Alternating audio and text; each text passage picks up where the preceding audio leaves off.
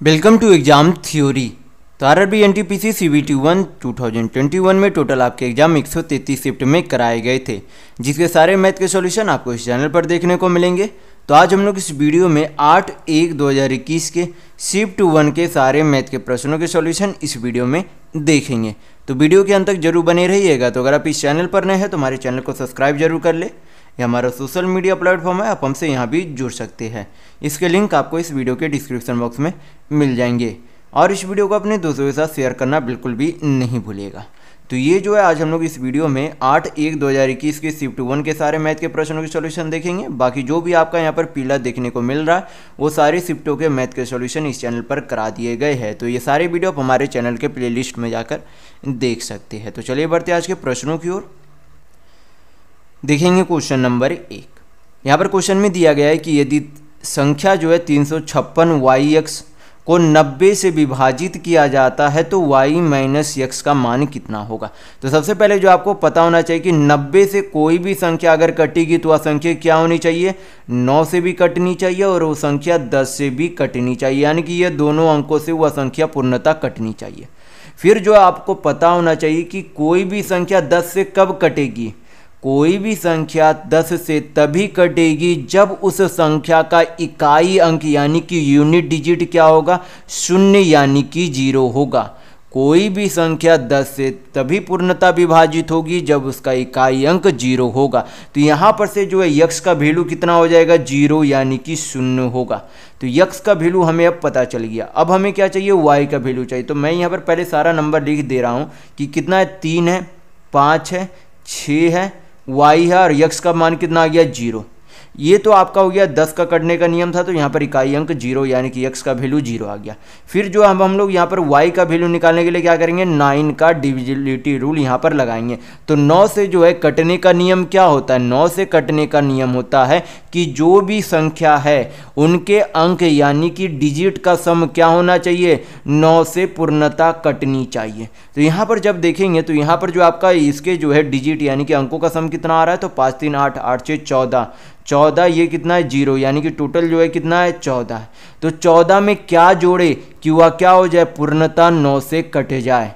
क्या हो जाए, पूर्णतः 9 से कट जाए। तो अगर इसमें हम लोग 4 जोड़ देते हैं, अगर इसमें हम लोग 4 जोड़ देंगे तो कितना हो जाएगा, 18 हो जाएगा। और 18 क्या होता है, 9 से पूर्णतः कटती है। क्या होती है, 9 से पूर्णतः कटती है। यानी कि y का वैल्यू हमें यहाँ पर क्या करना पड़ेगा, पुट।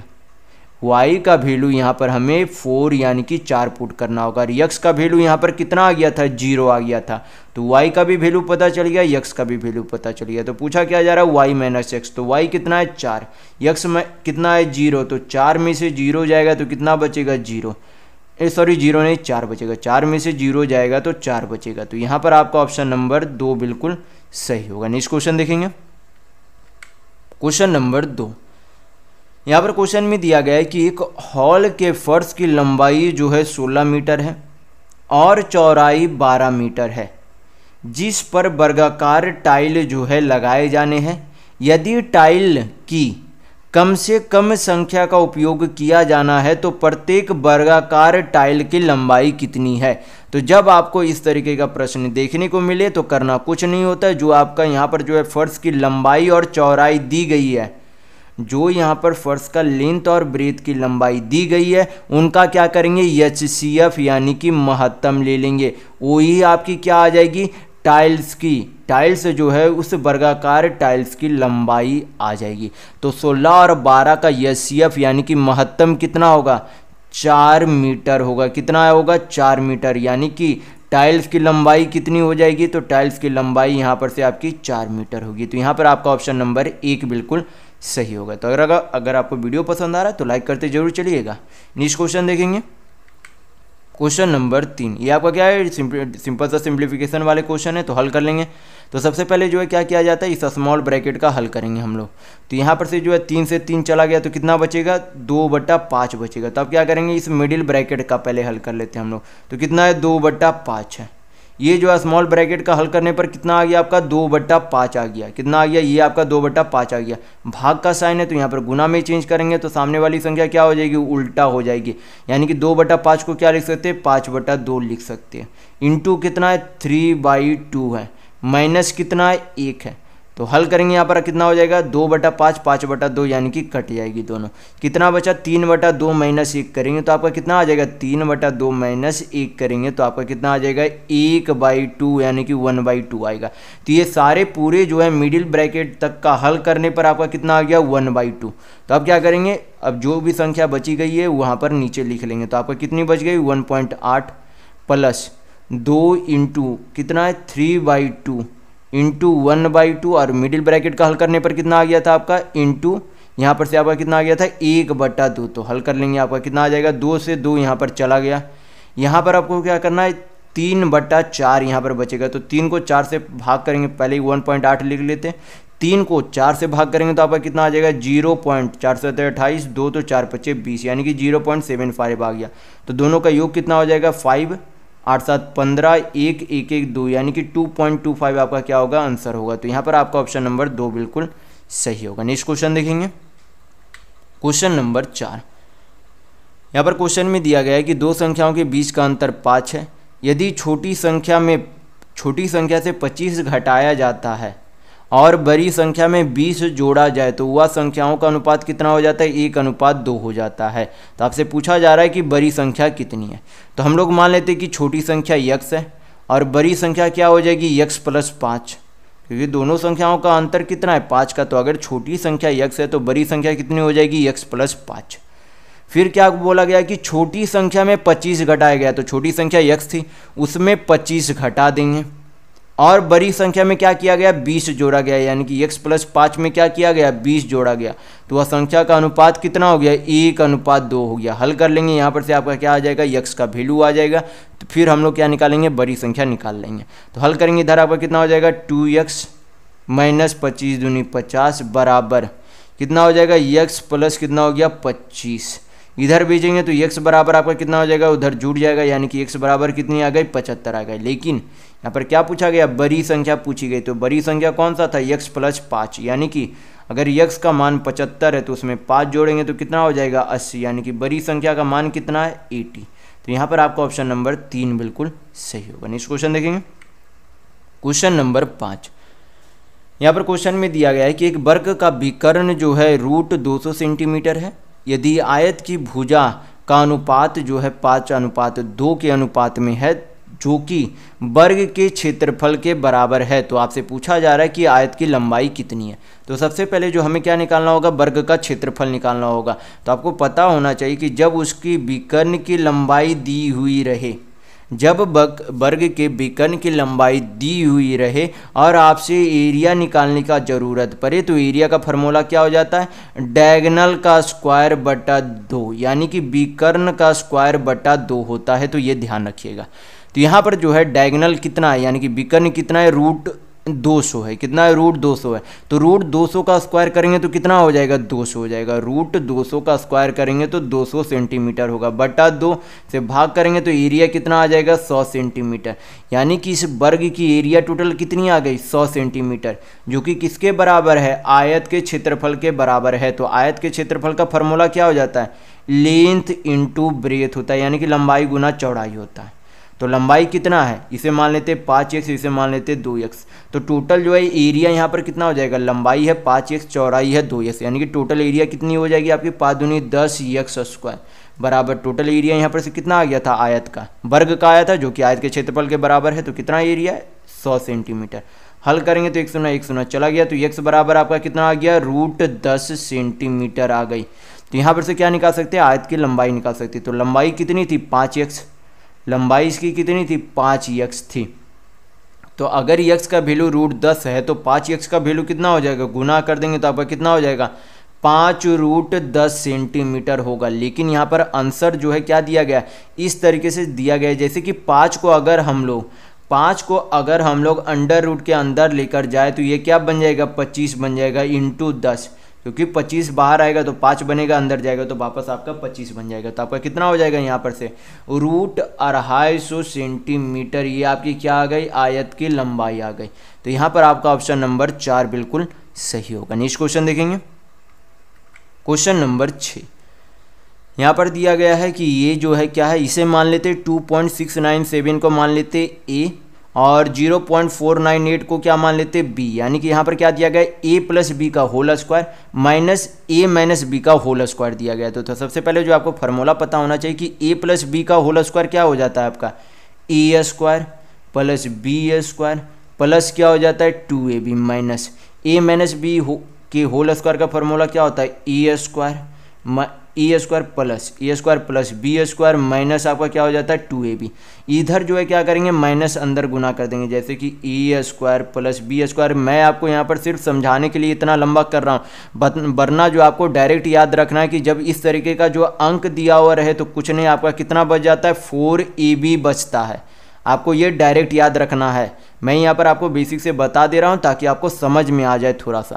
तो यहाँ पर जो है मैं यहाँ पर इसलिए बता रहा हूँ बेसिक से। तो यहाँ पर आगे हल कर लेंगे, यहाँ पर तो कितना हो जाएगा 2ab माइनस इधर गुना करेंगे तो कितना हो जाएगा a square minus b square minus minus plus कितना हो जाएगा 2ab। हल करेंगे तो minus a square plus a square cut जाएगा plus B square minus b square cut जाएगा।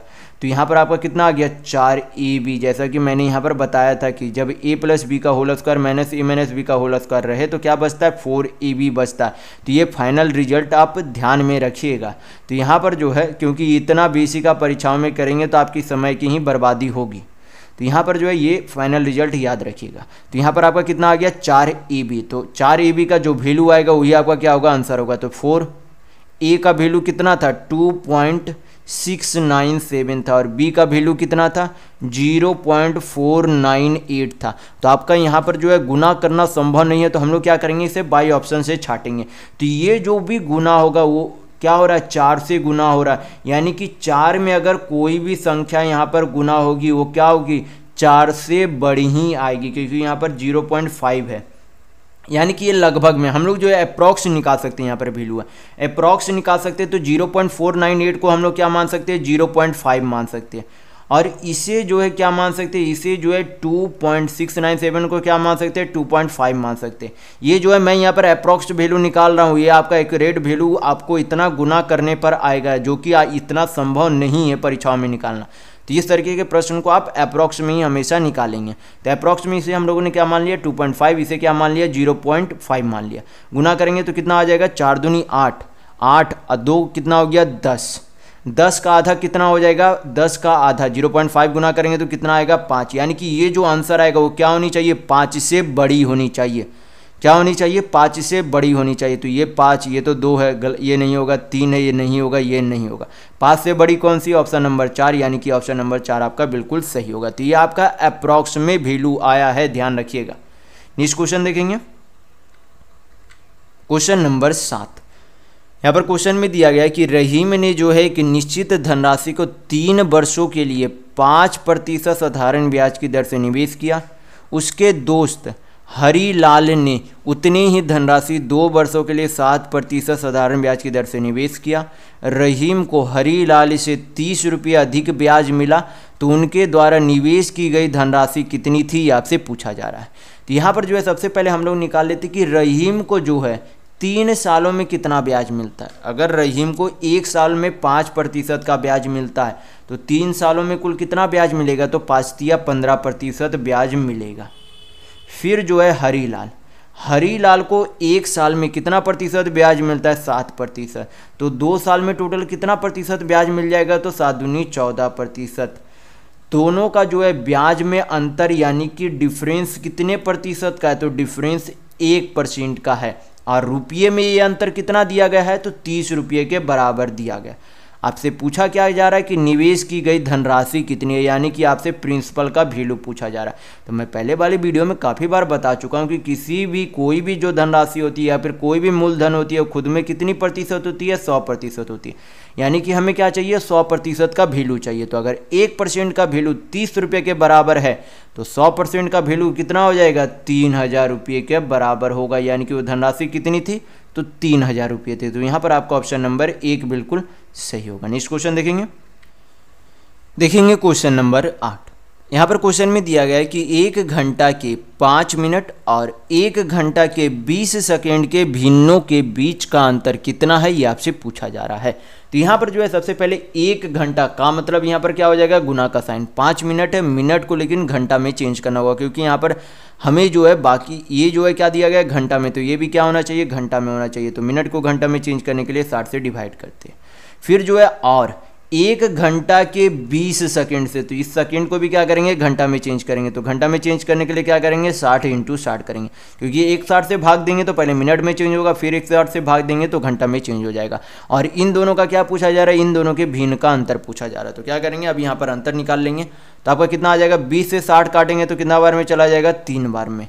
तो ये एलसीएम आपका यहाँ पर से कितना आ जाएगा, 180 आ जाएगा। तो 60 तिया 180, तो कितना हो जाएगा, 5 तिया 15 माइनस कितना हो जाएगा, 1। तो आपका कितना आ जाएगा यहाँ पर से 14/180 आएगा।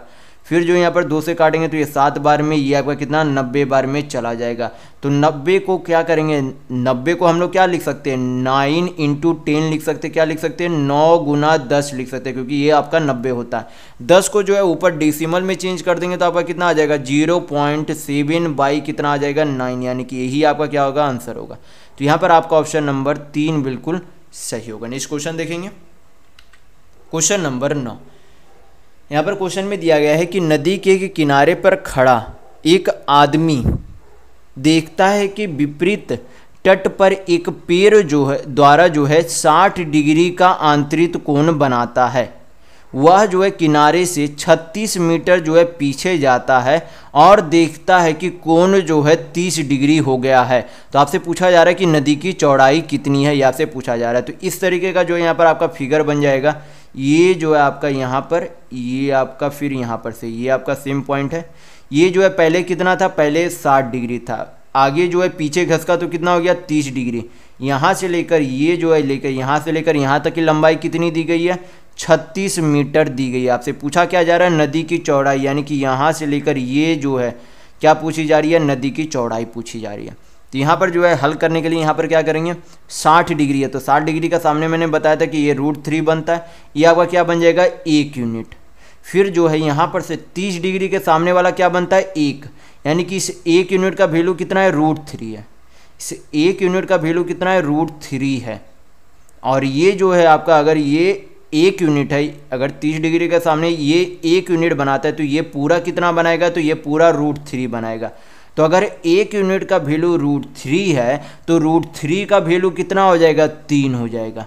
अगर 1 यूनिट का वैल्यू √3 है तो √3 का वैल्यू 3 हो जाएगा, यानी कि यहाँ से लेकर यहाँ तक की लंबाई कितनी है, 1 यूनिट, और टोटल कितनी है लंबाई, 3 यूनिट। तो अगर इतनी दूरी, ये जो है इतनी दूरी अगर 1 यूनिट है, यहाँ से लेकर यहाँ तक 1 यूनिट है, तो ये जो बाकी बचा हुआ असल में कितना, ये है 2 यूनिट है। कितना है, 2 यूनिट है। और 2 यूनिट बराबर लंबाई कितनी दी गई है, 36 मीटर। तो 1 यूनिट का लंबाई यहाँ पर से कितना आ जाएगा, 18 मीटर आएगा। हमें क्या चाहिए, नदी की चौड़ाई चाहिए। तो नदी की चौड़ाई कितनी थी यहाँ पर से, 1 यूनिट। तो 1 यूनिट का वैल्यू यहाँ पर से कितना आ गया, 18 मीटर, यानी कि नदी की चौड़ाई कितनी थी, तो 18 मीटर थी। तो यहाँ पर आपका ऑप्शन नंबर 1 बिल्कुल सही होगा। नेक्स्ट क्वेश्चन देखेंगे, क्वेश्चन नंबर 10। यहाँ पर क्वेश्चन में दिया गया है कि दो संख्या का अनुपात 19:17 के अनुपात में है, उनका महत्तम समावर्तक 11 है, तो संख्याएं क्या है वह से पूछा जा रहा है। तो इस तरीके के प्रश्न में करना कुछ नहीं होता है, जो एचसीएफ दिया गया उन दोनों के अनुपात में क्या कर देंगे, गुना कर देंगे, तो आपकी संख्याएं आ जाएगी। तो यहाँ पर क्या करेंगे, पहली और दूसरी संख्या निकालने के लिए पहले में क्या कर देंगे, 11 × 19, और इसमें क्या कर देंगे 11 × 17, तो दोनों संख्या निकल जाएगी। तो 11 × 19, तो 11 दूनी 22, 220 में से 11 गया तो कितना बचेगा, 209। तो पहली संख्या 209 और दूसरी संख्या कितनी हो जाएगी, 11 × 7 = 77, 7 11 7 18, यानी कि दूसरी संख्या कितनी हो जाएगी, 187। तो ये दोनों संख्या आपकी आ गई। तो यहाँ पर आपका ऑप्शन नंबर 1 बिल्कुल सही होगा। नेक्स्ट क्वेश्चन देखेंगे, क्वेश्चन नंबर 11। यहाँ पर क्वेश्चन में दिया गया है कि यदि द्विघात समीकरण 2x² - px - 15 बराबर 0 है और द्विघात समीकरण p × kx² + x बराबर 0 है और मूल्य जो है कितना है -5 है, तो P और K का मान क्या होगा। तो यहाँ पर जो ये मूल्य दिया गया है उसका हम लोग क्या मान सकते हैं, यहाँ पर यक्स का वैल्यू ये असल में होता है। तो यहाँ पर क्या करेंगे, यक्स का वैल्यू -5 पुट करेंगे, तो यहाँ पर से आपकी क्या निकल जाएगी, यहाँ पर से आपकी P की वैल्यू निकल जाएगी पहले, फिर हम लोग K का भी वैल्यू निकाल लेंगे। तो यहाँ पर से पहले P का वैल्यू निकाल लेते हैं यक्स का मान रख के। तो यक्स कितना है -5, 2x² है, तो यक्स का वैल्यू अगर पुट करेंगे तो x² यानी कि -5 का स्क्वायर, तो कितना हो जाएगा 5 × 5 = 25, 25 दूनी कितना हो जाएगा 50, प्लस यक्स कितना है -5, तो -5 क्या हो जाएगा P हो जाएगा, -15 बराबर 0। 50 में से यहाँ पर 15 जाएगा तो कितना बचेगा 35 बचेगा, कितना बचेगा 35, तो इधर आपका -5P, 50 में से -15 35, उधर भेजेंगे तो कितना हो जाएगा -35, माइनस से माइनस कटा गया, 5 से काटेंगे 35 को तो 7 बार में चला जाएगा, यानी कि P का वैल्यू कितना आ गया 7। तो P का तो वैल्यू 7 आ गया, यानी कि ऑप्शन नंबर 2 और 3 तो नहीं हो सकता, पहला होगा या फिर चौथा होगा। अब हमें क्या चाहिए, K का वैल्यू चाहिए, तो K का वैल्यू निकालने के लिए यहाँ पर P का भी वैल्यू पुट कर देंगे, x का वैल्यू पुट करेंगे तो K का वैल्यू निकल जाएगा। तो P का वैल्यू कितना है 7 है, K का हमें वैल्यू निकालना है, x कितना है -5, -5 का स्क्वायर करेंगे तो कितना हो जाएगा 5 × 5 = 25, माइनस माइनस प्लस, और -5 है तो यहाँ पर प्लस माइनस क्या हो जाएगा -5 हो जाएगा, बराबर कितना 0। ये 7 को उधर डिवाइड करेंगे तो क्या हो जाएगा 0 हो जाएगा, यानी कि आपका यहाँ पर से क्या बच जाएगा 25 के -5 बराबर 0। तो 25 के बराबर 5 हो जाएगा, 5 से 25 काटेंगे तो 5 बार में चला जाएगा। तो K का वैल्यू यहाँ पर से आपका कितना आ जाएगा 1/5 आ जाएगा, पॉइंट में हमें वैल्यू चाहिए तो कितना आ जाएगा 0.2। तो K का वैल्यू कितना आ गया 0.10 यानी कि 0.2 आ गया, और P का वैल्यू 7। तो यहाँ पर आपका ऑप्शन नंबर 4 बिल्कुल सही होगा। नेक्स्ट क्वेश्चन देखेंगे क्वेश्चन नंबर 12। यहाँ पर क्वेश्चन में दिया गया है कि एक गन्ना में जो है 20 लड़के के समूह का औसत वजन 65 kg पाया गया है, और बाद में पाया गया कि एक लड़के का वजन जो है गलती से 66 kg के बजाय जो है 76 kg पढ़ लिया गया था। तो आपसे पूछा जा रहा है कि सही औसत वजन ज्ञात कीजिए। तो यहाँ पर जो है सबसे पहले जो है उसका औसत वजन कितना था, ये जो है 20 लड़के का पहले जो है औसत वजन कितना दिया गया 65, लेकिन उसका जो है उनमें से एक लड़के का 66 के जगह जो है कितना ले लिया गया 76 ले लिया गया है, यानी कि कितना अधिक जो है वजन ले लिया गया है, तो 66 के जगह 76 यानी कि 10 kg अधिक ले लिया गया है। तो जितना जो है वजन में वृद्धि की गई है, यानी कि इसके कारण वृद्धि हो गया, उसका क्या निकाल लेंगे औसत निकाल लेंगे। टोटल कितने लड़कों में से 20 लड़कों में से, तो 20 से भाग करेंगे तो आपका कितना आ जाएगा 0.5, यानी कि त्रुटि के कारण जो औसत में क्या हो गई इतनी की वृद्धि हो गई। तो क्या करेंगे सही औसत निकालने के लिए इसमें औसत में से पहले वाले औसत में से 0.5 को गुना कर देंगे, तो आपका कितना आ जाएगा यहाँ पर से 64.5 आएगा। तो यहाँ पर आपका ऑप्शन नंबर 1 बिल्कुल सही होगा। नेक्स्ट क्वेश्चन देखेंगे क्वेश्चन नंबर 13। यहाँ पर क्वेश्चन में दिया गया है कि आरोही क्रम यानी कि बढ़ते क्रम के लिए जो है बढ़ते क्रम में लिए गए 3 क्रमगत पूर्णांक को क्रमशः जो है 2, 3 और 4 से गुना किया जाता है, और उनके गुणनफल को जोड़ने से प्राप्त संख्या जो है 74 प्राप्त होती है। तो आपसे पूछा जा रहा है कि सबसे बड़ी संख्या कितनी है। तो इस तरीके के प्रश्न को सबसे बेहतर तरीका होगा कि बाई ऑप्शन हम लोग बना ले। तो यहाँ पर जो है सबसे बड़ी संख्या अगर यहाँ पर हम लोग 14 मान ले, तो इसका जो है कंजिक्यूटिव जो है यहाँ पर क्रमगत पूर्णांक आपका कितना हो जाएगा 14, 14 से इससे छोटा कितना हो जाएगा 13, इससे छोटा कितना हो जाएगा 12। इसमें गुना कितना करना है 2 का, 3 का और 4 का, गुना करके जोड़ कर देख लेंगे क्या 74 आता है। तो यहाँ पर करेंगे तो कितना हो जाएगा 12 × 36, 12 दूनी 24, 12 दूनी 24, 13 × 39, 14 × 4 56। तो 5, 3, 8, 2, 10 यानी कि ये 100 से ऊपर आएगा, यानी कि ये नहीं हो सकता। तो दूसरा वाला चेक करेंगे, अगर सबसे बड़ी संख्या 9 है तो उससे छोटी संख्या 8 और उससे छोटी संख्या कितनी हो जाएगी 7। गुना किससे करना है 2 से, 3 से, 4 से। गुना करेंगे तो कितना हो जाएगा यहाँ पर से 7 दूनी 14, 8 × 24, 9 × 36। जोड़ने पर हम लोग चेक करेंगे क्या 74 आएगा। तो 36 और 24 आपका कितना हो जाता है 3, 2, 5, 1, 6, यानी कि 60 और 14 कितना हो जाएगा 74 होगा, यानी कि जोड़ने पर 74 आ रहा है, यानी कि सबसे बड़ी संख्या कौन सी होगी 9 होगी। तो यहाँ पर आपका ऑप्शन नंबर 2 बिल्कुल सही होगा। नेक्स्ट क्वेश्चन देखेंगे क्वेश्चन नंबर 14। यहाँ पर क्वेश्चन में दिया गया है कि त्रिभुज ABC का क्षेत्रफल 39 सेंटीमीटर स्क्वायर है। BC को 2 बिंदु D और E इस प्रकार है कि BD बराबर DE बराबर EC है। तो आपसे पूछा जा रहा है कि त्रिभुज ADC का क्षेत्रफल यानी कि एरिया कितना होगा। तो सबसे पहले जो है सबसे बड़ी वाली जो है त्रिभुज कौन सी है, ABC है, यानी कि A यहाँ पर, B आपका इधर हो गया, ये आपका C हो गया। और BC पर जो है दो बिंदु बोला गया, कौन कौन सा है, एक आपका D बिंदु है या दूसरी आपकी कौन सी है, E बिंदु है।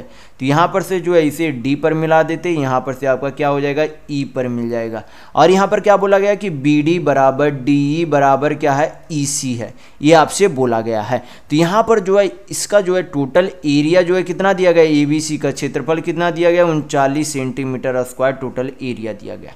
हमें क्या चाहिए, ADC का क्षेत्रफल चाहिए। तो इसका जो है हल करने के लिए यहाँ पर जो है सबसे पहले हम लोग क्या करेंगे, BC की भुजा की लंबाई मान लेंगे खुद एज्यूम करके। तो यहाँ पर जो है एज्यूम कैसे करेंगे, जैसे कि यहाँ पर BD बराबर DE बराबर EC है, यानी कि तीन अलग अलग बराबर भुजा। तो यहाँ पर जो भी यहाँ पर भुजा की लंबाई मानेंगे वो क्या होनी चाहिए, 3 की गुणज होनी चाहिए। तो यहाँ पर सबसे छोटा 3 का गुणज क्या मान लेते हैं कि 3 यूनिट इसकी भुजा की लंबाई है।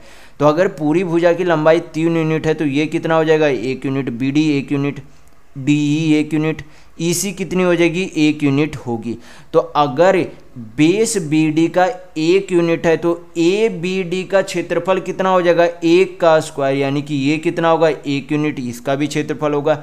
ये भी आपका 1 यूनिट ही क्षेत्रफल होगा, ये भी आपका क्या होगा, 1 यूनिट ही क्षेत्रफल होगा। यानी कि टोटल क्षेत्रफल कितना हो गया यूनिट में ABC का, टोटल जो है यूनिट में क्षेत्रफल कितना हो गया ABC का, 3 यूनिट हो गया। और 3 यूनिट का वैल्यू कितना है, 39 सेंटीमीटर है। तो 3 से काटेंगे तो कितना बार में चला जाएगा, 13 बार में। हमें क्या चाहिए, ADC का क्षेत्रफल चाहिए, यानी कि हमें क्या चाहिए, 2 यूनिट का वैल्यू चाहिए। तो क्या करेंगे, 13 से 2 में गुना कर देंगे तो कितना हो जाएगा, 26 सेंटीमीटर स्क्वायर, जो कि किसका क्षेत्रफल आ जाएगा, ADC का। तो यहाँ पर आपका ऑप्शन नंबर 3 बिल्कुल सही होगा। नेक्स्ट क्वेश्चन देखेंगे, क्वेश्चन नंबर 15। यहाँ पर क्वेश्चन में दिया गया है कि एक चुनाव में केवल 2 उम्मीदवार थे। हारने वाले उम्मीदवार को कुल मतों का 48% मिला, उसके प्रतिद्वंदी को जो है 6000 मत अधिक मिले और उसने जो है 3% मतों के अंतर से जो है क्या की, उसने जीत हासिल की। तो आपसे पूछा जा रहा है कि अमान्य मतों की संख्या कितनी थी। तो यहाँ पर जो है इसे हल करने के लिए जो हम लोग सबसे पहले जो है क्या बोला गया कि हारने वाले, यानी कि मान लेते कि लूजर जो है, यानी कि लॉस जो है, लॉस्ट जो आपकी इलेक्शन हार गए उन्हें जो है कितना प्रतिशत वोट मिला, 48% वोट मिला। और जीतने वाले को, यानी कि विनर वाले को जो है कितना वोट मिला, जीतने वाले से 3% अधिक वोट मिला, क्योंकि वो 3% वोट से जीता, यानी कि हारने वाले से 3% उसे अधिक वोट मिला। तो कितना वोट मिला, तो 51% वोट मिला। टोटल जो है किसी भी जगह का टोटल मत जो है कितने होते हैं, 100% होते हैं। तो हारने वाले को 48%, जीतने वाले को 51%, तो टोटल कितने प्रतिशत वोट यहाँ पर मिल गए, 48 है 51, यानी कि 99% वोट हारने और जीतने वाले को मिलाकर मिल गए। लेकिन टोटल वोट कितना था, 100%, लेकिन वोट असल में गिनती कितनी हुई, 99% का, यानी कि 100 में से 99 की अगर गिनती हुई तो 1% वोट को क्या कर दिया गया, अमान्य घोषित कर दिया गया। यानी कि हमें क्या चाहिए, 1% का वैल्यू चाहिए। तो यहाँ पर से जो है ये जो 6000 मतों की संख्या किसकी दी गई है, ये 3% का वैल्यू दिया गया है, क्योंकि 3% मतों से जीता था, जो कि टोटल मत 6000 की बराबर थी। तो यहाँ पर से हम लोग क्या निकाल सकते हैं, 1% का वैल्यू निकाल सकते हैं। तो 3% बराबर कितना है, 6000 टोटल मत है, तो 1% बराबर कितना हो जाएगा, 2000। तो यहाँ पर से 1% का वैल्यू कितना आ गया, 2000, यानी कि अमान्य मतों की संख्या 2000 थी। तो यहाँ पर आपका ऑप्शन नंबर 2 बिल्कुल सही होगा। नेक्स्ट क्वेश्चन देखेंगे, क्वेश्चन नंबर 16। यहाँ पर क्वेश्चन में दिया गया है कि किन्हीं भी 2 क्रमगत सम संख्याओं का गुणनफल हमेशा जो है किससे विभाज्य होगी। तो चेक कर लेते हैं, 2 क्रमगत सम संख्या, तो 2 या 4, या फिर बोल सकते हैं 4 या 6, या फिर 6 या 8, जो भी है वो ले सकते हैं। जैसे कि यहाँ पर गुणा करेंगे तो 4 दूनी 8, 6 चौक कितना होता है 24, 8 छः कितना होता है 48। तो ये तो 6 से जो है नहीं विभाज्य हो रही है सभी बार, तो ये नहीं होगी। 8 से ये भी हो रही है, ये भी हो रही है, ये भी हो रही है। आगे भी चेक कर सकते हैं, आगे जो है 8 10 चेक करेंगे तो कितना 80, 80 भी 8 से विभाज्य हो रही है। 16 से चेक करेंगे तो ये 8 नहीं होगी, यानी कि ये नहीं हो सकती। 16 से 8 ये भी नहीं होगी, यानी कि आपका ऑप्शन नंबर 2 बिल्कुल सही होगा। नेक्स्ट क्वेश्चन देखेंगे, क्वेश्चन नंबर 17। ये आपका क्या है, सिंपल सा सिंप्लीफिकेशन का क्वेश्चन है, तो हल कर लेते हैं हम लोग। तो सबसे पहले क्या किया जाता है, स्मॉल ब्रैकेट का हल किया जाता है। तो 2/3 है, भाग है तो गुना में चेंज करेंगे तो 1/3 को 3 लिख सकते हैं। तो ये 3 3 चला गया, तो ये आपका कितना आ गया, यहाँ से यहाँ तक 2, तो 2 में से 1 जाएगा तो कितना बचेगा 1, यानी कि इस पूरे स्मॉल ब्रैकेट का हल करने पर कितना आया 1। यहाँ पर जो है कट रहा है तो काट लेते, 3 3 9। अब बाकी हल करेंगे तो आपका कितना आ जाएगा 3/4 है। भाग को गुना में चेंज करेंगे तो सामने वाली संख्या उल्टा हो जाएगी, तो 5/12 को क्या लिख सकते हैं 12/5 माइनस ये आपका कितना आ गया था, यहाँ पर से 3/5 आ गया। तो आप क्या कर लेते, हल कर लेते, तो कितना आ जाएगा 4 तिया 12, 3 तिया 9, 9 में से 3 गया तो कितना बचेगा 6, और नीचे तो 5 आपका एलसीएम था ही, तो 6/5 आपका आंसर आएगा, यानी कि आपका ऑप्शन नंबर 3 बिल्कुल सही होगा। नेक्स्ट क्वेश्चन देखेंगे, क्वेश्चन नंबर 18। यहाँ पर क्वेश्चन में दिया गया है कि एक स्कूल में लड़कों और लड़कियों की संख्या का अनुपात 5:6 है। 20% लड़के और 25% लड़कियाँ जो है छात्रवृत्ति धारक है। तो आपसे पूछा जा रहा है कि इतने छात्रों को छात्रवृत्ति नहीं मिलती है। तो यहाँ पर जो है बॉयज और गर्ल्स यानी कि लड़के और लड़कियों की संख्या का अनुपात कितना है 5:6। उनमें से 20% को क्या मिलते हैं छात्रवृत्ति मिलते हैं, यानी कि टोटल जो है छात्रों में से कुल जो है लड़कों की संख्या कितनी रही होगी, खुद में 100% रही होगी। तो 100% में से 20% को छात्रवृत्ति मिलती है। तो कितने को छात्रवृत्ति नहीं मिलती है, कुल संख्या यानी कि लड़कों की कुल संख्या का 80% जो है छात्रवृत्ति नहीं प्राप्त करता है। लड़कियों का भी जो है कुल खुद में जो है कुल संख्या 100% रही होगी, उसमें से 25% को छात्रवृत्ति मिलती है और 75% को क्या छात्रवृत्ति नहीं मिलती है। ओवरऑल जो है परसेंट निकालने के लिए यहाँ पर क्या करेंगे 80 × 5 करेंगे और यहाँ पर 75 × 6 करेंगे, फिर उनका योग निकालेंगे। तो कितना हो जाएगा 8 × 40 तो 400% प्लस 75 छक तो 150 यानी कि 4500 बटा क्या करेंगे ये जो रेशियो है उनका क्या करेंगे योग करके नीचे डिवाइड कर देंगे। तो कितना हो जाएगा 6 5 11 हल करेंगे आपका परसेंट में वैल्यू आ जाएगा। तो कितना हो जाएगा 450 और 400 यानी कि 850 बटा 11% इतना क्या हो जाता है ओवरऑल छात्र जो है छात्रवृत्ति नहीं प्राप्त करते। तो यहाँ पर आपका ऑप्शन नंबर 4 बिल्कुल सही होगा। नेक्स्ट क्वेश्चन देखेंगे क्वेश्चन नंबर 19। यहाँ पर क्वेश्चन में दिया गया है कि मोहन की तुलना में रंजनी जो है 25% कम काम कर सकती है और रिजवान की तुलना में मोहन 20% अधिक काम कर सकता है। काम पूरा होने पर 930 रुपये के लाभ में से मोहन का हिस्सा कितना होगा ये आपसे पूछा जा रहा है। तो यहाँ पर जो है दिया क्या गया कि मोहन की तुलना में रंजनी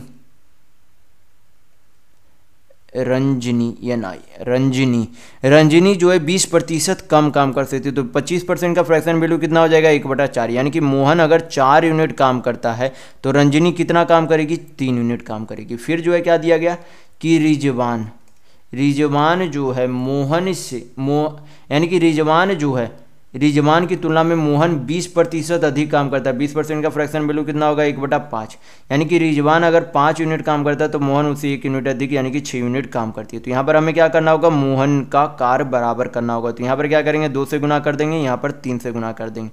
तो आपका कितना हो जाएगा 4 तिया 12 मोहन का 12 रंजनी का 3 तिया 9 और रिजवान का कितना हो जाएगा 5 दूनी 10 हो जाएगा। यानी कि तीनों का क्या आ गया काम का यूनिट का वैल्यू आ गया। तो टोटल काम कितना किया जाता है 12 9 21 21 और 10 कितना 31 यूनिट और 31 यूनिट का रुपया कितना मिलता है 930 रुपये। तो 1 यूनिट का वैल्यू कितना हो जाएगा 30 रुपये। हमें किसका चाहिए मोहन का चाहिए। तो मोहन कितना यूनिट काम करता है 12 यूनिट। तो अगर 1 यूनिट का वैल्यू 30 रुपये है तो 12 यूनिट का वैल्यू कितना हो जाएगा 360 रुपये होगा। तो यहाँ पर आपका ऑप्शन नंबर 3 बिल्कुल सही होगा। नेक्स्ट क्वेश्चन देखेंगे क्वेश्चन नंबर 20।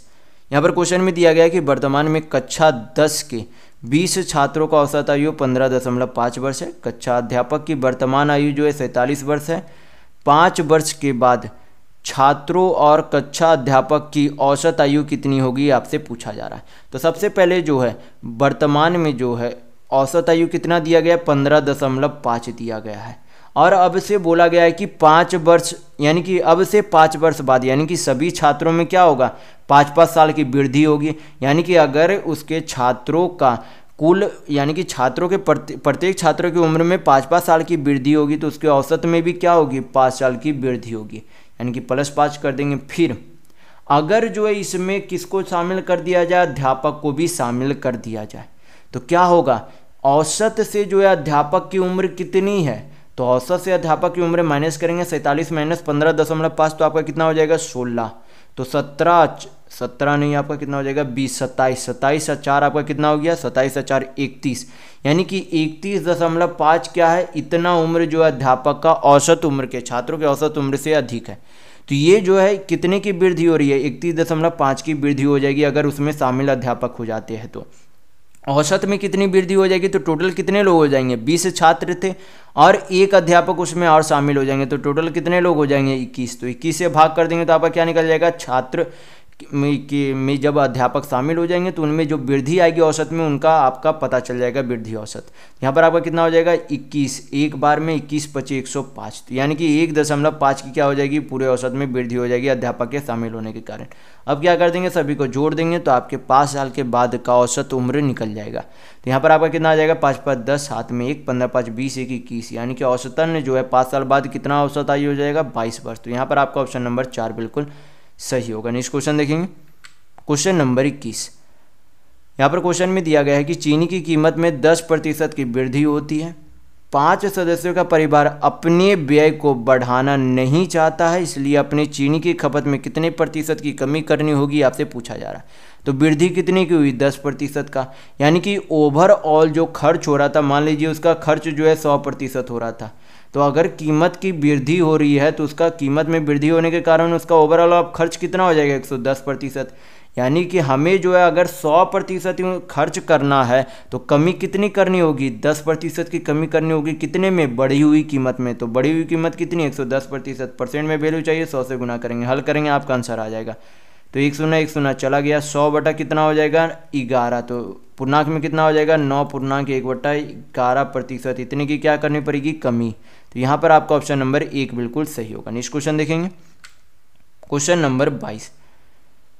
यहाँ पर क्वेश्चन में दिया गया है कि स्थिर जल में नाव की चाल 15 किलोमीटर प्रति घंटा है और धारा की चाल 3 किलोमीटर प्रति घंटा। धारा की विपरीत दिशा और धारा की दिशा में दो यात्राओं को जो है पूरा करने में लगने वाले समय के बीच का अंतर, अर्थात एक छोर से दूसरे छोर तक जाना और वापस आना और उसी को फिर दोहराने में जो है कितना मिनट लगता है 10 मिनट का अंतर, यानी कि समय का जो है अंतर है। तो आपसे पूछा जा रहा है कि दोनों छोरों के बीच की दूरी कितनी है। तो यहाँ पर जो है सबसे पहले हमें ध्यान देना है कि ये जो है एक ही चीज़ को क्या किया गया है 2 बार दोहराया गया है। क्या किया गया, एक बार गया फिर वापस आया, फिर गया फिर वापस आया, तो इतने में जो है समय का जो है अंतर कितना हो जाता है 10 मिनट का अंतर हो जाता है, यानी कि 2 बार जाने में और उसी दूरी को 2 बार वापस आने में दोनों का समय का अंतर कितना हो जाता है 10 मिनट का अंतर हो जाता है। यानी कि अगर हम लोग एक ही बार जाना और उसके वापस आने का समय का अंतर अगर बोले तो इसका क्या हो जाता है, ये जो 10 मिनट है उसी का क्या हो जाएगा आधा समय हो जाएगा, यानी कि 10 मिनट अंतर है तो कितना हो जाएगा 5 मिनट, यानी कि 5 मिनट हो जाएगा। तो यहाँ पर जो है क्या आ गया कि अगर एक तरफ धारा की दिशा के चाल से जाता है फिर धारा के विरुद्ध दिशा में आता है तो दोनों के जो समय का अंतर है वो कितना है 5 मिनट है।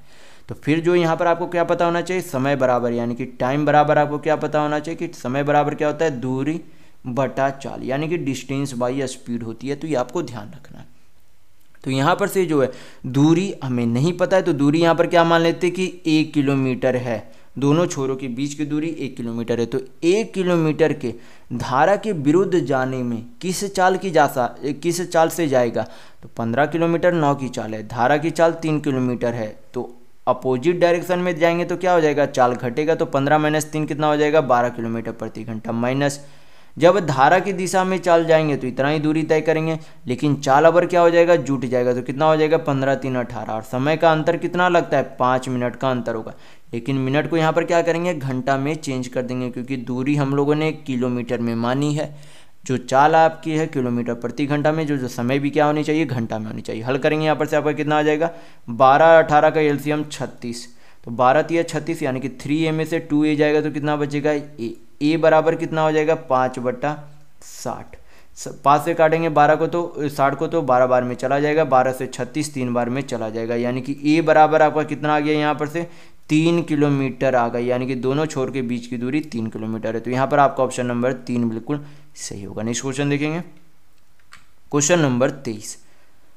यहाँ पर क्वेश्चन में दिया गया कि एक परीक्षा में अर्थशास्त्र में 41% विद्यार्थी जो अनुत्तीर्ण होते हैं, भूगोल में 35% विद्यार्थी अनुत्तीर्ण हुए और इतिहास में 39% विद्यार्थी अनुत्तीर्ण हुए। इन तीनों विषयों में 5% विद्यार्थी जो अनुत्तीर्ण हुए। अर्थशास्त्र और भूगोल में 14% विद्यार्थी अनुत्तीर्ण हुए। भूगोल और इतिहास में 21% विद्यार्थी अनुत्तीर्ण हुए और इतिहास और अर्थशास्त्र में 18% विद्यार्थी अनुत्तीर्ण हुए। तो आपसे पूछा जा रहा है कि उन विद्यार्थियों का प्रतिशत ज्ञात करें जो केवल अर्थशास्त्र में अनुत्तीर्ण हुए। तो इस तरीके का प्रश्न बनाने के लिए जो आपको सबसे पहले यहाँ पर जो है क्या करेंगे, एक बॉक्स बना लेंगे। एक यहाँ पर पहले बॉक्स बनाएंगे। टोटल जो है कितने विषय है, तो 3 विषय। तो क्या करेंगे, यहाँ पर 3 सर्कल बना लेंगे। एक सर्कल इकोनॉमिक्स यानी कि अर्थशास्त्र के लिए, दूसरा आपका भूगोल यानी कि ज्योग्राफी के लिए, तीसरा आपका किसके लिए, आपका कौन सा विषय, आपका इतिहास यानी कि हिस्ट्री के लिए। तो एक तो आपका हो गया इकोनॉमिक्स, एक आपका हो गया ज्योग्राफी, एक आपका क्या हो गया, इतिहास यानी कि हिस्ट्री। तो यहाँ पर जो है सबसे पहले बोला गया कि इन तीनों विषयों में जो है क्या होते हैं, 5% विद्यार्थी अनुत्तीर्ण होते हैं। तो ये जो सर्कल में लिखाएगा सभी क्या अनुत्तीर्ण ही लिखाएंगे, क्योंकि सभी का यहाँ पर क्या दिया गया, अनुत्तीर्ण ही दिया गया। तो यहाँ पर जो है ओवरऑल जो है फेल विद्यार्थी कितने हैं तीनों विषयों में, तो 5% है। तो फिर यहाँ पर बोला गया कि यहाँ से ये जो आप देखेंगे यहाँ पर से बोला गया कि अर्थशास्त्र और भूगोल में 14% विद्यार्थी अनुत्तीर्ण हुए। किसमें, अर्थशास्त्र और भूगोल में, यानी कि इकोनॉमिक्स और ज्योग्राफी में, दोनों में जो है कुल मिलाकर कितने 14% अनुत्तीर्ण हुए। तो 5% तो यहाँ पर आ गए। तो यहाँ पर आपका कितना आ जाएगा, 9%, यानी कि ये जो आपका कितना है 9%। फिर जो आपका यहाँ पर क्या बोला गया कि भूगोल और इतिहास में, तो भूगोल यानी कि आपका यहाँ पर से कौन सा, ज्योग्राफी और इतिहास। तो ज्योग्राफी और इतिहास दोनों मिलाकर 21%। तो यहाँ पर अगर 5% तो ये कितना हो जाएगा, 16%। 16 5 21 हो जाएंगे, दोनों मिलाकर 21% फेल है। फिर जो यहाँ पर बोला गया इतिहास और अर्थशास्त्र यानी कि इकोनॉमिक्स और हिस्ट्री में 18% विद्यार्थी अनुत्तीर्ण है। तो ये 5, तो यहाँ पर कितना हो गया 13। ओवरऑल कितना यहाँ पर दोनों मिलाकर 18% फेल है। फिर जो यहाँ पर क्या पूछा जा रहा है, अब यहाँ पर से आसानी से निकाल सकते हैं कि केवल अर्थशास्त्र में कितने अनुत्तीर्ण है। यहाँ पर बोला गया कि कुल मिलाकर अर्थशास्त्र में 41% अनुत्तीर्ण है। तो यहाँ पर कितना आ गया, ये आपका 9 5 14 14 13 कितना आ गया 27%। तो हमें पता चल गया कि कुल मिलाकर अभी तक फेल है। लेकिन टोटल कितना फेल था, 41। तो 41 में से 27 जाएगा तो कितना बचेगा, 14%। यानी कि अगर आपसे पूछा जाए कि केवल जो है इकोनॉमिक्स में यानी कि अर्थशास्त्र में केवल जो है अर्थशास्त्र में कितने लोग फेल है, तो 14% लोग फेल है। तो यहाँ पर आपका ऑप्शन नंबर 4 बिल्कुल सही होगा। बाकी आप भी इसका भी निकालना चाहे कि अगर खाली ज्योग्राफी में कितना प्रतिशत फेल है, तो टोटल ज्योग्राफी में कितना फेल है 35%। उसमें से 9 5 14 16 30 30 माइनस कर देंगे तो कितना आ जाएगा 5%। यानी कि 5% केवल क्या ज्योग्राफी में फेल है। अगर आप हिस्ट्री का निकालना चाहे तो क्या करेंगे, 13 5 18 18 16 कितना हो जाएगा 18 दूनी 36 2 कम 34, यानी कि 39 में से 34 गया तो 5%। यानी कि केवल 5% जो है क्या है हिस्ट्री में फेल है। तो जो भी अगर आपसे दूसरा कुछ पूछा जाता तो इस तरीके से निकाल लेते। तो यहाँ पर इकोनॉमिक्स का आपका कितना आया था 14%। तो यहाँ पर ऑप्शन नंबर 4 सही होगा। नेक्स्ट क्वेश्चन देखेंगे, क्वेश्चन नंबर 24। यहाँ पर क्वेश्चन में दिया गया है कि 20 और 14 मीटर की ऊंचाई के 2 स्तंभों के शीर्ष को एक तार द्वारा जो है क्या किया जाता है, जोड़ा जाता है। तो क्षैतिज के साथ जो है 30 डिग्री का कोण बनाती है। तो आपसे पूछा जा रहा है कि तार की लंबाई ज्ञात कीजिए कि कितनी है। तो यहाँ पर जो है 2 खंभे, एक क्या है 20 मीटर है, दूसरी कितनी है 14 मीटर। तो ये आपके 20 मीटर, इधर आपके 14 मीटर। इन्हें क्या किया गया, इनके शीर्ष को एक तार से जोड़ा गया और इसका जो है क्षैतिज कोण कितना बना रहा है 30 डिग्री बना रही है। और यहाँ पर जो है ये आपका यहाँ पर बेस मिला देते हैं। यहाँ पर जो है क्या पूछा जा रहा है, यहाँ पर पूछा जा रहा है तार की लंबाई, यानी कि ये जो है ये इसकी लंबाई पूछी जा रही है। तो अगर ये पूरा 20 है, यहाँ पर ये 14 है, तो ये जो आपकी यहाँ पर से ये लंबाई कितनी हो जाएगी, तो 20 - 14 करेंगे यानी कि 6 मीटर होगी। तो यहाँ पर जो है 30 डिग्री के सामने वाला का यूनिट में जो है मैंने वैल्यू क्या बताया था कि 30 डिग्री के सामने वाला क्या हो जाता है 1 यूनिट वैल्यू हो जाता है। और ये आपका क्या हो जाएगा √3 यूनिट वैल्यू होगा।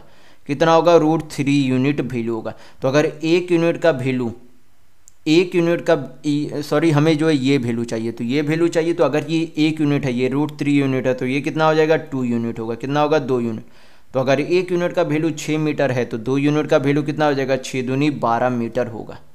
कितना होगा 6 दूनी 12 मीटर होगा। या फिर अगर आपसे ये तो आपकी तार की लंबाई पूछी, अगर आपसे इन दोनों खंभों के बीच की दूरी पूछ लेती तो कितनी हो जाती, 1 यूनिट का वैल्यू 6 मीटर, तो √3 का वैल्यू कितना हो जाएगा 6 √3 मीटर। यानी कि दोनों के बीच की दूरी कितनी है 6 √3 मीटर। लेकिन यहाँ पर तार की लंबाई पूछी जा रही है तो कितना हो जाएगा 12 मीटर, यानी कि आपका ऑप्शन नंबर 1 बिल्कुल सही होगा। नेक्स्ट क्वेश्चन देखेंगे, क्वेश्चन नंबर 25। यहाँ पर क्वेश्चन में दिया गया है कि एक गार्ड जो है समुद्र तल से 180 मीटर ऊंचे एक प्रिसन टावर से दुश्मन के नाव को देखता है जो कि 60 डिग्री अवनमन कोण है। तो आपसे पूछा जा रहा है कि टावर के आधार से नाव की दूरी कितनी है, यानी कि इस तरीके से ये जो है टावर की लंबाई है, यहाँ पर कोई नाव है, इसका जो है अवनमन कोण कितना है 60 डिग्री, और टावर की लंबाई कितनी दी गई 180 मीटर। तो पूछा जा रहा है कि यहाँ से लेकर यानी कि टावर से लेकर नाव के बीच की दूरी कितनी है। तो 60 डिग्री का सामने वाला मैंने कोण कितना यूनिट का बताया था कि ये √3 यूनिट होता है, ये कितना होता है 1 यूनिट होता है। तो √3 बराबर अगर 180 मीटर है तो 1 यूनिट का वैल्यू कितना आ जाएगा 60 √3 मीटर। तो हमें क्या चाहिए 1 यूनिट का ही वैल्यू चाहिए, यानी कि 1 यूनिट का वैल्यू कितना है 60 √3 मीटर। तो यहाँ पर आपका ऑप्शन नंबर 3 बिल्कुल सही होगा। नेक्स्ट क्वेश्चन देखेंगे, क्वेश्चन नंबर 26। यहाँ पर क्वेश्चन में दिया गया है कि एक संख्या का 25% दूसरी संख्या के 30% से 7 अधिक है। तो आपसे पूछा जा रहा है, फिर बोला गया है कि संख्याओं के बीच का अंतर 29 है, तो संख्याएं कितनी है ये आपसे पूछा जा रहा है। तो यहाँ पर जो है एक संख्या का है, तो एक संख्या मान लेते हैं x, दूसरी संख्या y मान लेते। तो एक संख्या का 25%, तो 25% का फ्रैक्शन वैल्यू 1/4 होता है, यानी कि x/4 का दूसरी संख्या के 30% कितना हो जाता है 3/10, यानी कि 3y/10 से कितना अधिक है 7 अधिक है, यानी कि दोनों का अंतर कितना है 7 है। यहाँ पर से आपका कितना हो जाएगा, हल करेंगे तो 20 एलसीएम आ जाएगा, यानी कि 5x - 3 दूनी 6y आपका कितना हो जाएगा 7 दूनी 14, यानी कि 140 होगा। और फिर यहाँ पर से दोनों संख्याओं का अंतर कितना दिया गया, यानी कि x - y कितना दिया गया 29। हल करेंगे यहाँ पर से तो आपका क्या आ जाएगी, संख्याएँ आ जाएगी। तो यहाँ पर से पहले जो है y को हटाने के लिए क्या करेंगे 6 से गुना कर देते हैं, यहाँ पर माइनस प्लस माइनस, तो ये आपका चला गया, कितना हो जाएगा 6x, यानी कि 5x में से -6x यानी कि -x बचेगा, बराबर आपका कितना हो जाएगा 30 × 180, यानी कि कितना कम 6 कम, यानी कि 184। तो कितना हो जाएगा यहाँ पर से 184 ने 174, तो कितना हो जाएगा यहाँ पर से 34। तो कितना आ जाएगा डिफरेंस -34, तो माइनस माइनस चला गया, तो x बराबर कितना आ गया 34। तो x का वैल्यू आ गया, x का वैल्यू एक ही में 34 है, यानी कि आपका ऑप्शन नंबर 1 बिल्कुल सही होगा। बाकी आप चाहे तो y का भी वैल्यू निकाल सकते हैं, किसी में भी जो है x का वैल्यू पुट कर देंगे। जैसे कि यहाँ पर इसे मान लेते हैं कि दूसरा इक्वेशन है, तो दूसरे वाले इक्वेशन में जो है पुट करेंगे x का वैल्यू, तो कितना हो जाएगा 34 उधर जाएगा, तो 29 - 34 यानी कि -5, तो -5 माइनस y बराबर -5, यानी कि y बराबर कितना आ जाएगा 5।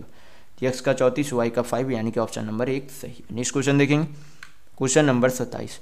यहाँ पर क्वेश्चन में दिया गया है कि पानी का एक ड्रम जो है 3/4 भाग भरा है, इसमें से जो है 9 लीटर पानी निकाला जाता है और 1/2 भाग जो है क्या कर दिया जाता है 1/2 भाग जो है भरा रह जाता है, यानी कि 9 लीटर जब निकाल लिया जाता है तो 1/2 भाग अभी शेष भरे हुए आ रहे हैं।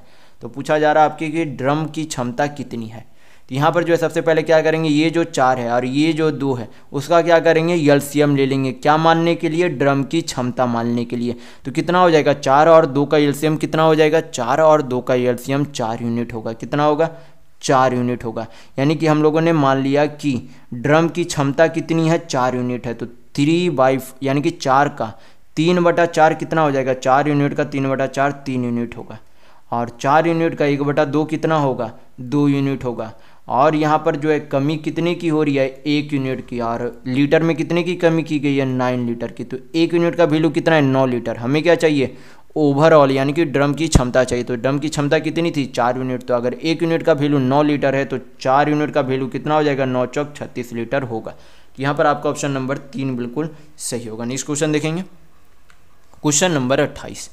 यहाँ पर क्वेश्चन में दिया गया है कि एक धनराशि जो है वार्षिक तौर पर लगने वाले चक्रवृद्धि ब्याज पर 3 वर्षों के बाद 10,648 हो जाती है और 2 वर्षों के बाद 9680 रुपये हो जाती है। तो आपसे पूछा जा रहा है कि ब्याज दर कितनी है। तो यहाँ पर इस तरीके का प्रश्न जब भी आपको देखने को मिले कि यहाँ पर जो है अमाउंट दिया हुआ रहे, अमाउंट दिया रहे, ये आपका क्या है 3 ईयर अमाउंट है, क्या है 3 साल का अमाउंट है, ये आपका क्या है 2 ईयर अमाउंट यानी कि 2 साल का अमाउंट है। और जब समय में अंतर यानी कि जब भी आपको इस तरीके के प्रश्न में 2 अमाउंट दिया हुआ रहे और समय का अंतर 1 वर्षों का अंतर रहे और आपसे रेट यानी कि दर पूछे तो करना कुछ नहीं होता है। सबसे पहले क्या करेंगे दोनों अमाउंट यानी कि मिश्र धन का अंतर निकालेंगे। तो 10,648 माइनस 9680 करेंगे तो कितना हो जाएगा 8, कितना हो जाएगा 14 में से 8 गया 6, फिर यहाँ पर से कितना 5 5, यहाँ पर कितना हो जाएगा 9। तो कितना जो अंतर आ गया 968 रुपये का अंतर आ गया। ये जो है फिर जो है सबसे जो छोटा वाला जो अमाउंट था यानी कि 2 साल का जो अमाउंट था उसे क्या करेंगे नीचे लिख देंगे। परसेंट में वैल्यू चाहिए तो क्या करेंगे 100 से गुना करेंगे, हल करेंगे आंसर आ जाएगा। 0 0 चला गया 968 कट गया तो आपका रेट यानी कि दर कितनी आ गई 10%। तो यहाँ पर आपका ऑप्शन नंबर 2 बिल्कुल सही होगा। नेक्स्ट क्वेश्चन देखेंगे क्वेश्चन नंबर 29। यहाँ पर क्वेश्चन में दिया गया है कि 5 किलोमीटर प्रति घंटा की चाल से चलने वाले एक छात्र जो है 1.5 घंटे में घर से स्कूल पहुँचता है। समय को जो है 20% कम करने और स्कूल से घर तक की समान दूरी को तय करने के लिए अपनी चाल में कितने प्रतिशत की वृद्धि करनी चाहिए आपसे पूछा जा रहा है। तो ये हमें दूरी से भी कोई मतलब नहीं है, यहाँ पर हमें घंटे से भी कोई मतलब नहीं है। यहाँ पर जो समय में जो परिवर्तन आ रहा है उसी हिसाब से हम लोग चाल का परिवर्तन निकाल लेंगे। तो यहाँ पर जो है समय में बोला गया है कि समय में जो है क्या आ रही है 20% की कमी करने पर, तो 20% का कमी यानी कि 1/5 की कमी करेगा। तो यहाँ पर जो है समय जो है पहले जो है कितना लेता है यानी कि इनिशियल टाइम आपका कितना है, इनिशियल टाइम 5 यूनिट लेता है, लेकिन फाइनल टाइम अब कितना हो जाएगा 1 यूनिट कम लेने के लिए बोल रहा है यानी कि अब कितना लेगा समय 4 यूनिट लेगा।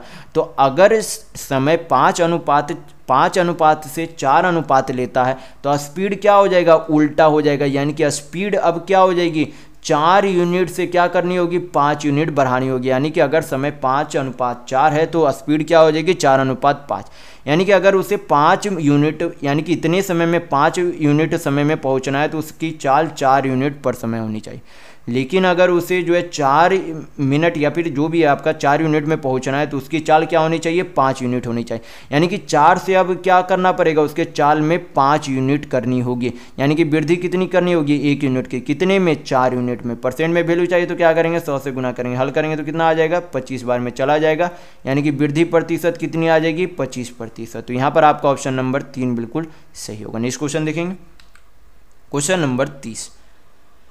यहाँ पर क्वेश्चन में दिया गया है कि 3 दोस्तों ने एक पार्टी का आयोजन किया। तनवीर ने जो है यूसुफ का 2/3 भुगतान किया, यूसुफ ने सचिन का 1/2 भुगतान किया। तो आपसे पूछा जा रहा है कि यूसुफ द्वारा किए गए कुल व्यय का जो है कुल व्यय का भिन्न कौन सा है, ये आपसे पूछा जा रहा है। तो यहाँ पर जो है क्या बोला गया कि तनवीर जो है यूसुफ का 2/3 भुगतान किया। यानी कि ये 2 यूनिट भुगतान करता है तो ये 3 यूनिट भुगतान करता है। फिर जो आपका बोला गया कि यूसुफ से सचिन यानी कि यूसुफ ने सचिन का 1/2 भुगतान किया। यानी कि यूसुफ अगर 1 यूनिट भुगतान करता है तो ये 2 यूनिट भुगतान करता है। बराबर करने के लिए यूसुफ का तो यहाँ पर क्या करेंगे रेशियो का वैल्यू बराबर करने के लिए ये जो खाली स्थान है उसको क्या करेंगे बगल वाले संख्या देखकर भर देंगे। ऊपर नीचे नहीं देखना बगल वाले, तो यहाँ पर 3 है तो यहाँ पर 3 लिख देंगे, यहाँ पर 1 है तो यहाँ पर 1। यहाँ पर आपका निश्चित अनुपात आ जाएगा कि किस अनुपात में व्यय किया गया। तो ये 2 आपका 3 कितना हो जाएगा 6। यानी कि 2:3:6 यानी कि इस अनुपात में क्या किया गया है व्यय किया गया। तो उनमें से पूछा जा रहा है किसका यूसुफ द्वारा व्यय का भिन्न पूछा जा रहा है। तो यूसुफ खर्च कितना किया गया 3 यूनिट, टोटल कितने में से 3 2 5 5 6 5 11 यानी कि 3/11 भिन्न व्यय किया। तो यहाँ पर आपका ऑप्शन नंबर 2 बिल्कुल सही होगा। नेक्स्ट क्वेश्चन देखेंगे क्वेश्चन नंबर 31। यहाँ पर क्वेश्चन में दिया गया है कि एक त्रिभुज के 2 कोण जो है 1:2 यानी कि 1:2 के अनुपात में है। इन कोणों का योग तीसरे कोण के योग के बराबर है। तो आपसे पूछा जा रहा है कि सबसे छोटे कोण का माप क्या होगा। तो यहाँ पर जो है क्या बोला गया कि एक जो है ये 1 यूनिट है, ये 2 यूनिट है, टोटल कितनी है 3 यूनिट है। और एक जो एंगल है इन दोनों के योग के बराबर है। यानी कि ये जो तीसरा एंगल है उसका भी सम यानी कि उसका जो है वैल्यू कितना है 3 यूनिट है। और तीनों एंगल का यानी कि किसी भी त्रिभुज के एंगल का सम कितना होता है 180 डिग्री। तो टोटल कितना हो जाएगा 6 यूनिट बराबर 180 डिग्री काटेंगे तो कितना बार में चला जाएगा 30 बार में। तो सबसे छोटा कोण कौन सा था 1 यूनिट था। तो 1 यूनिट का वैल्यू कितना है 30 डिग्री। तो वही तो आपसे पूछा जा रहा था सबसे छोटा कोण। तो 1 यूनिट का वैल्यू 30 डिग्री यानी कि सबसे छोटा कोण 30 डिग्री। तो यहाँ पर आपका ऑप्शन नंबर 1 बिल्कुल सही होगा। नेक्स्ट क्वेश्चन देखेंगे क्वेश्चन नंबर 32। ये आपका क्या है ग्राफ का क्वेश्चन है। ग्राफ में क्या दिया गया नंबर ऑफ बैट्स मैन्युफैक्चर इन 100 यानी कि सभी सालों में जो है 100 में यानी कि सैकड़ों में जो है सभी सालों में कितना जो है बैट का मैन्युफैक्चर किया गया वो संख्याएं दी गई है। तो यहाँ पर देखेंगे क्वेश्चन में पूछा क्या जा रहा है। क्वेश्चन में पूछा जा रहा है कि 2010 से लेकर 2014 के दौरान निर्मित बल्लों की औसत संख्या कितनी है। तो 2010 से लेकर 2014 तक हमें क्या निकालना होगा योग निकालना होगा। तो योग निकालेंगे तो सारे 42 साढ़े 27 कितना हो जाएगा 4 2 6 7। 7 3 10 यानी कि 100। अब 35 35 70 यानी कि टोटल कितने हो गए 170 इंटू 100, क्योंकि सैकड़ों में जो है किया गया था। औसत चाहिए तो क्या करेंगे 5 से डिवाइड कर देंगे, तो आपका कितना आ जाएगा, क्योंकि टोटल जो है 5 साल से, तो औसत चाहिए तो 5 से डिवाइड करेंगे। ये आपका 20 बार में चला जाएगा, तो कितना हो गया 17 दूनी 3400 आपका औसतन उत्पादन आ गया बल्लों का। तो यहाँ पर आपका ऑप्शन नंबर 3 बिल्कुल सही होगा। नेक्स्ट क्वेश्चन देखेंगे, क्वेश्चन नंबर 33। यहाँ पर क्वेश्चन में दिया गया percentage of student enrol in English honours, यानी कि जो परसेंटेज ऑफ इनरोल यानी कि जो है अलग अलग जो है प्रतिशतों जो प्राप्त किए हैं।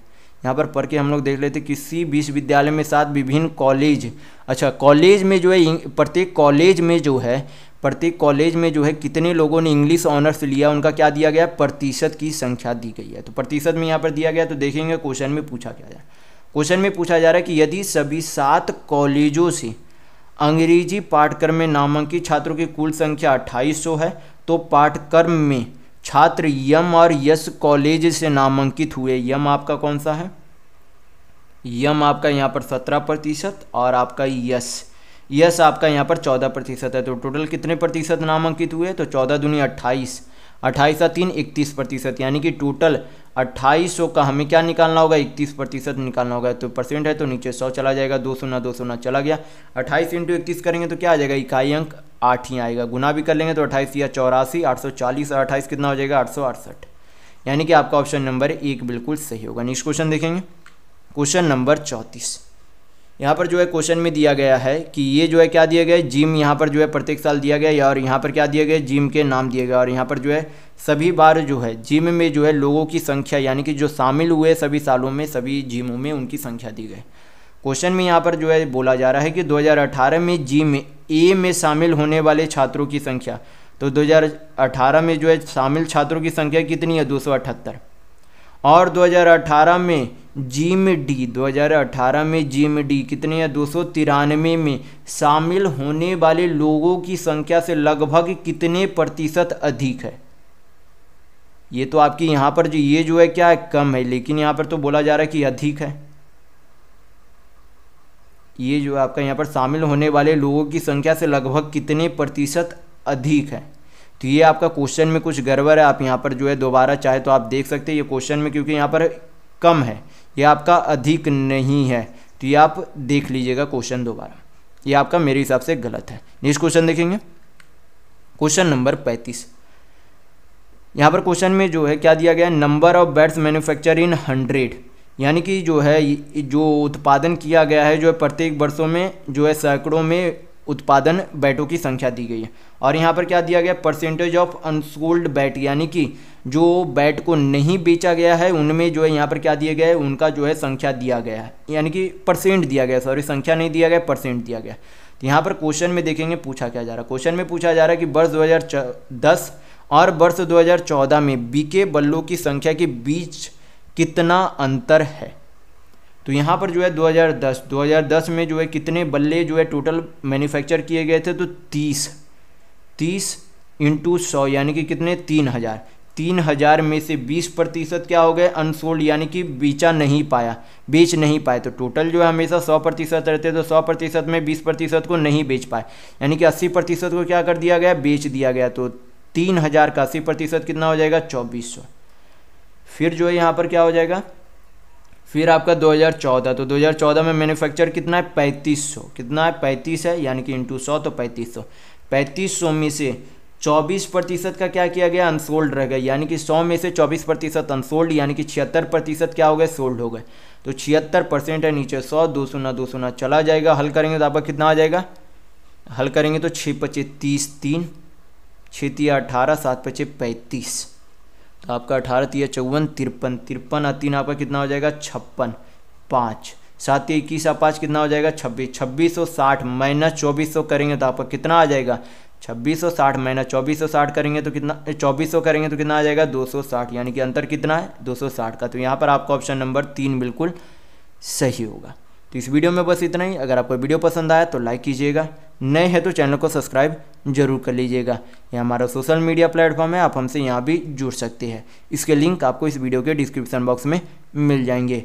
और इस वीडियो को अपने दोस्तों के साथ शेयर करना बिल्कुल भी नहीं भूलिएगा। तो वीडियो में बस इतना ही। वीडियो के अंत तक बने रहने के लिए बहुत बहुत धन्यवाद। आशा करता हूँ आपका दिन शुभ हो।